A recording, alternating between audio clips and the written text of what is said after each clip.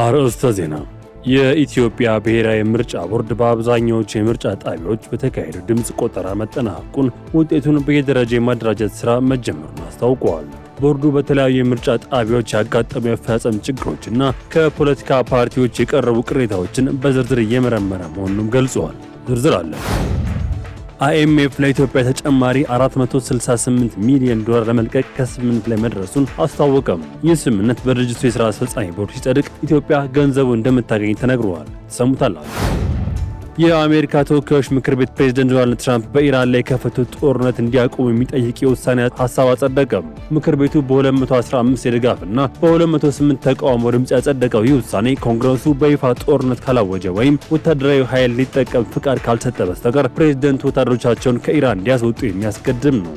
እነግራችኋለን። ኔቶና የዩክሬን ተወካዮች በኪየቭ ስብሰባ ማካሄዳቸው ተሰማ። ይህ የኔቶና የዩክሬን ምክር ቤት በዩክሬን መሬት ላይ የሚካሄድ ለመጀመሪያ ጊዜ መሆኑን ተገልጿል። የኔቶ ዋና ጸሐፊ ማርክ ሩተ በኪየቭ የሚገኘው ማሪዮንስኪ ቤተ መንግስት ተካሄደው ስብሰባ ላይ ከሁሉም 32ቱ የህብረቱ አባል አገራት ተወካዮች ጋር በመሆን ተገኝተዋልም ተብለዋል። ዝርዝር ይዘናል። ውድ የሀገሬ ቲቪ ተመልካቾቻችን ለሰዓቱ የያዝንላችሁ ዜናዎች ጀምረዋል። ከዜናዎቹ ጋር ሚኪያስ ኃይሌ ነኝ።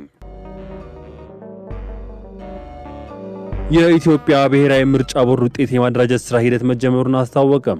የኢትዮጵያ ብሔራዊ ምርጫ ቦርድ በአብዛኛው የምርጫ ጣቢያዎች የተካሄደ ድምፅ ቆጠራ መጠናቀቁን ውጤቱንም በየደረጃ የማደራጀት ሥራ መጀመሩን አስታውቋል። ቦርዱ በተለያዩ የምርጫ ጣቢያዎች ያጋጠመውን የአፈጻጸም ችግሮችና ከፖለቲካ ፓርቲዎች የቀረቡ ቅሬታዎችን በዝርዝር እየመረመረ መሆኑን ገልጿል።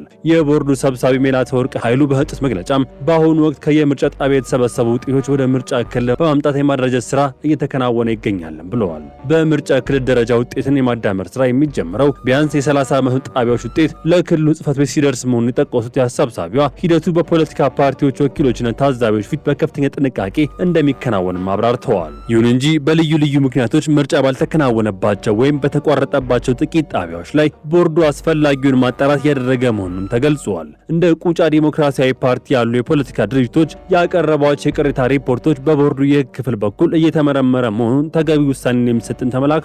ቦርዱ በተለያዩ ማህበራዊ ሚዲያ ገጾች አሸንፈናል በሚል የሚሰራጩ መረጃዎች ህጋዊ መሰረት የሌላቸው መሆኑን አሳስበዋል። የምርጫ ውጤትን በይፋ የመግለጽ ስልጣን የቦርዱ ብቻ መሆኑን የጠቀሱት ሰብሳቢዋ ተአማኒነት የሌላቸው መረጃዎችን ከመቀበል ህዝቡ እንዲቆጠብ ጥሪም አቅርበዋል።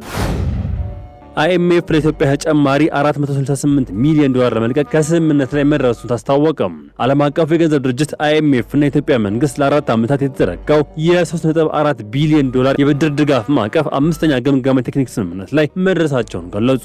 ይህ ስምምነት በድርጅቱ ስራ አስፈጻሚ ቦርድ ሲጸድቅ ኢትዮጵያ $468 ሚሊዮን ገደማ የምታገኘው ይሆናል። በአልቫሮ ፔሬስ የሚመራው የአይኤምኤፍ ልዑካን ቡድን ከግንቦት 6 እስከ 20 ቀን 2018 ዓ.ም በአዲስ አበባ ባደረገው ቆይታና ከዚያም በኋላ ባካሄደው ተከታታይ ውይይት የኢትዮጵያ ኢኮኖሚ አፈጻጸም ገምግመዋል። ልዑኩ ባወጣው መግለጫም በመካከለኛው ምስራቅ በተነሳው ጦርነት ምክንያት እንደ ነዳጅና ማዳበሪያ ያሉ ቁልፍ የገቢ ዕቃዎች ዋጋ በከፍተኛ ሁኔታ ቢጨምርም የኢትዮጵያ ኢኮኖሚ አሁንም ጠንካራ እንቅስቃሴ እያሳየ መሆኑን ገልጿል። እንደ አይኤምኤፍ ሪፖርት በሀገር በቀል ኢኮኖሚ ማሻሻያ እና ተግባር አማካኝነት 2018 ዓ.ም መጀመሪያ ድረስ የምርት አመላካች የውጭ ንግድ፣ የውጭ ምንዛሬ ክምችትና የመንግስት ገቢ መሻሻል አሳይተዋልም ብለዋል። የዋጋ ግሽበትም የመቀነስ አዝማሚያ ማሳየት ጠቅሰዋል። ይሁን እንጂ መካከለኛው ምስራቅ ያለው ጦርነት በንግድ እንቅስቃሴ ላይ መስተጓጎል የፈጠረ ሲሆን ይህም ለጊዜው የነዳጅ እጥረትና ለዋጋ ንረት ምክንያት ስለመሆኑም ተመላክቷል። አይኤምኤፍ ማክሮ ኢኮኖሚ መረጋጋት ለማስቀጠል መንግስት ጥብቅ የገንዘብ ፖሊሲን አጠናክሮ እንዲቀጥል፣ የውጭ ምንዛሬ ገቢውን ግልጽነትና አሰራር እንዲያሻሽል እንዲሁም የሀገር ውስጥ ገቢ አሰባሰብ እንዲያጠናክር መክረዋል። በተጨማሪም የግሉ ዘርፍ የሚመራው የኢኮኖሚ እድገት ለማረጋገጥ የንግድ አካባቢን ማሻሻል፣ የፋይናንስና ዘርፍን ማጠናከር ቁልፍ ተግባራት መሆናቸውን ተመላክተዋል።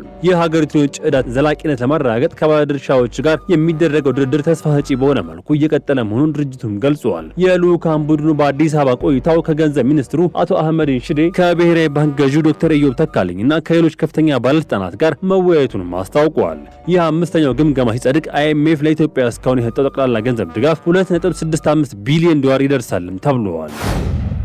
የድምፅ አሰጣጥ ሚስጥራዊነት የተጣሰባቸው ጣቢያዎች ነበሩ ተባለም። የኢትዮጵያ ሲቪል ማህበራት ድርጅቶች ህብረት ለምርጫ ታዘባቸው የምርጫ ጣቢያዎች የድምጽ አሰጣጥ ሂደት በአብዛኛው ቦታዎች ጥሩ የሚባል መሆኑን ገለጸ።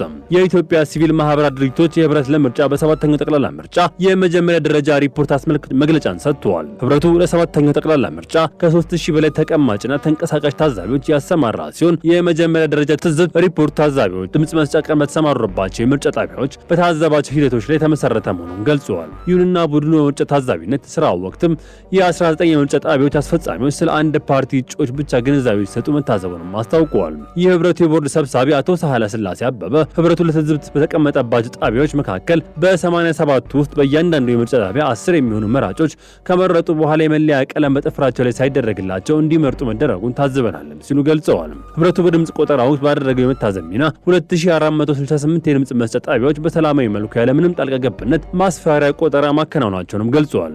በሌላ በኩል በ12 ጣቢያዎች ደግሞ በቆጠራ ወቅት ዛቻና ማስፈራሪያዎች እንደነበሩ ታዝበናል ሲል ታስታውቀዋል። በ18 ጣቢያዎች ደግሞ ከ10 በላይ መራጮች ላይ የድምጽ አሰጣጥ ሚስጥራዊነት መጣሱን ህብረቱ ታዘብያለሁም ብለዋል። ይህ የተስተዋለው መራጮች ተከትሎ ወደ ድምጽ መስጫ ክፍል በመግባት ወይም ምልክት የተደረገበት ወረቀት ለማየት የጠየቅን የመሳሰሉ ባሉ ሁኔታዎች ያካተተ መሆኑን ሪፖርቱ አመላክቷል። በአጠቃላይ ኢትዮጵያ ሲቪል ማህበራት ድርጅቶች ህብረት ለምርጫ ባደረገው የመታዘብ ስራ ወቅትም በአብዛኛው ቦታዎች ጥሩ የሚባል የምርጫ ሂደት እንደነበርም አስታውቀዋል።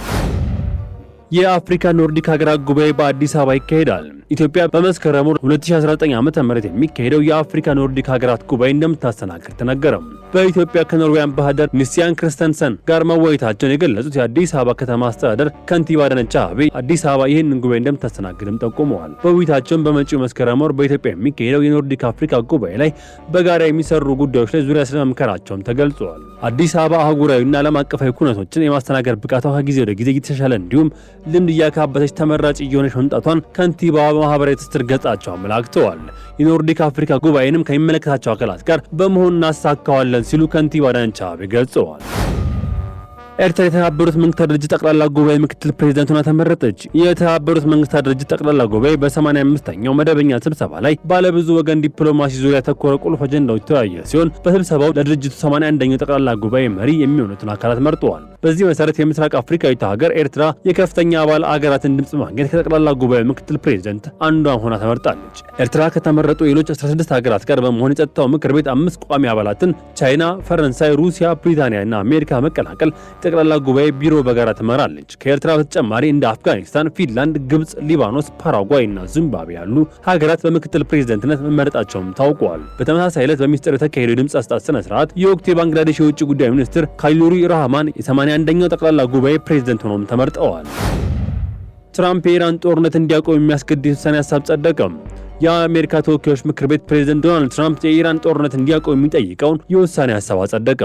ምክር ቤቱ በ215 የድጋፍና በ208 ተቃውሞ ድምጽ ያጸደቀው ይህ ውሳኔ ኮንግረስ በይፋ ጦርነት ካላወጀ ወይም ወታደራዊ ኃይል ሊጠቀም ፍቃድ ካልሰጠ በስተቀር ፕሬዝዳንቱ ወታደሮቻቸውን ከኢራን ጦርነት እንዲያስወጡ የሚያስገድድም ነው። በሪፐብሊካኖች የሚመራው ምክር ቤቱ 4 የፓርቲ አባላት ዲሞክራቶች ጋር በመተባበር ድምጽ መስጠታቸው በትራምፕ ላይ ያለውን የውስጥ ተቃውሞ አመላካች ተደርጎ ተወስዷል። ጦርነቱ ከተጀመረ 3 ወራት ያስቆጠረ ሲሆን በምግብና ነዳጅ ዋጋ ላይ ያስከተለው ከፍተኛ ዋጋ ንረት ከፍተኛም ስጋት መሆኑ ተገልጿል። ምንም እንኳን የውሳኔ ሀሳብ መጽደቁ ለትራምፕ ፖለቲካዊ ኪሳራ ቢሆንም በሴኔት መጽደቅ ስላለበት ህግና ህገ መንግስታዊ አከራካሪነት ስላልተቋጨ ውሳኔው ተግባራዊ መሆን እንደማይጀምር ሮይተርስ ዘግቧል።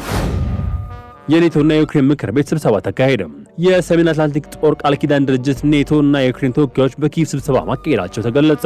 ይህ የኔቶ የዩክሬን ምክር ቤት በዩክሬን መሬት ላይ ሲካሄድ ለመጀመሪያ ጊዜ መሆኑን ተገልጿል። የኔቶ ዋና ጸሐፊ ማርክ ሩተ በዩክሬን የሚገኙ ማሪያንስኪ ቤተ መንግስት ተካሄደው ስብሰባ ላይ ከሁሉም የ32ቱ ህብረት አባል ሀገራት ተወካዮች ጋር በመሆን ተገኝተዋል። ሩተ በሰጡት መግለጫ ስብሰባው በኪየቭ መደረጉ በኔቶና በዩክሬን መካከል ያለውን የማይበጠስና ጠንካራ ትስስር የሚያሳይ መሆኑን ገልጸዋል። ዩክሬናውያን ለነጻነታቸው በጽናት የሚታገሉበት በዚህ ስፍራ መገኘታቸውን ትልቅ ትርጉም አለውም ሲሉ ገልጸዋል። የዩክሬን ፕሬዝዳንት ቮሎዲሚር ዜሌንስኪ በበኩላቸው ስብሰባው በሀገራቸው መካሄዱ አጋር ሀገራት ትኩረት ለሚሹ ቁልፍ ደህንነት ጉዳዮች ላይ እንዲያተኩሩ እንደሚረዳም አመላክተዋል።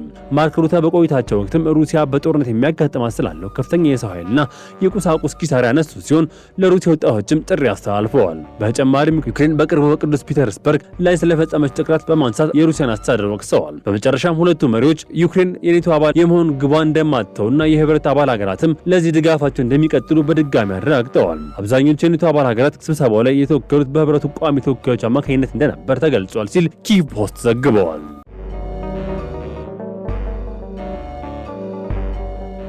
ውድ የሀገሬ ቲቪ ተመልካዮቻችን ለሰዓቱ ያዘላችሁ ዘገባዎች ተጠናቀዋል። ቸር ቆዩ።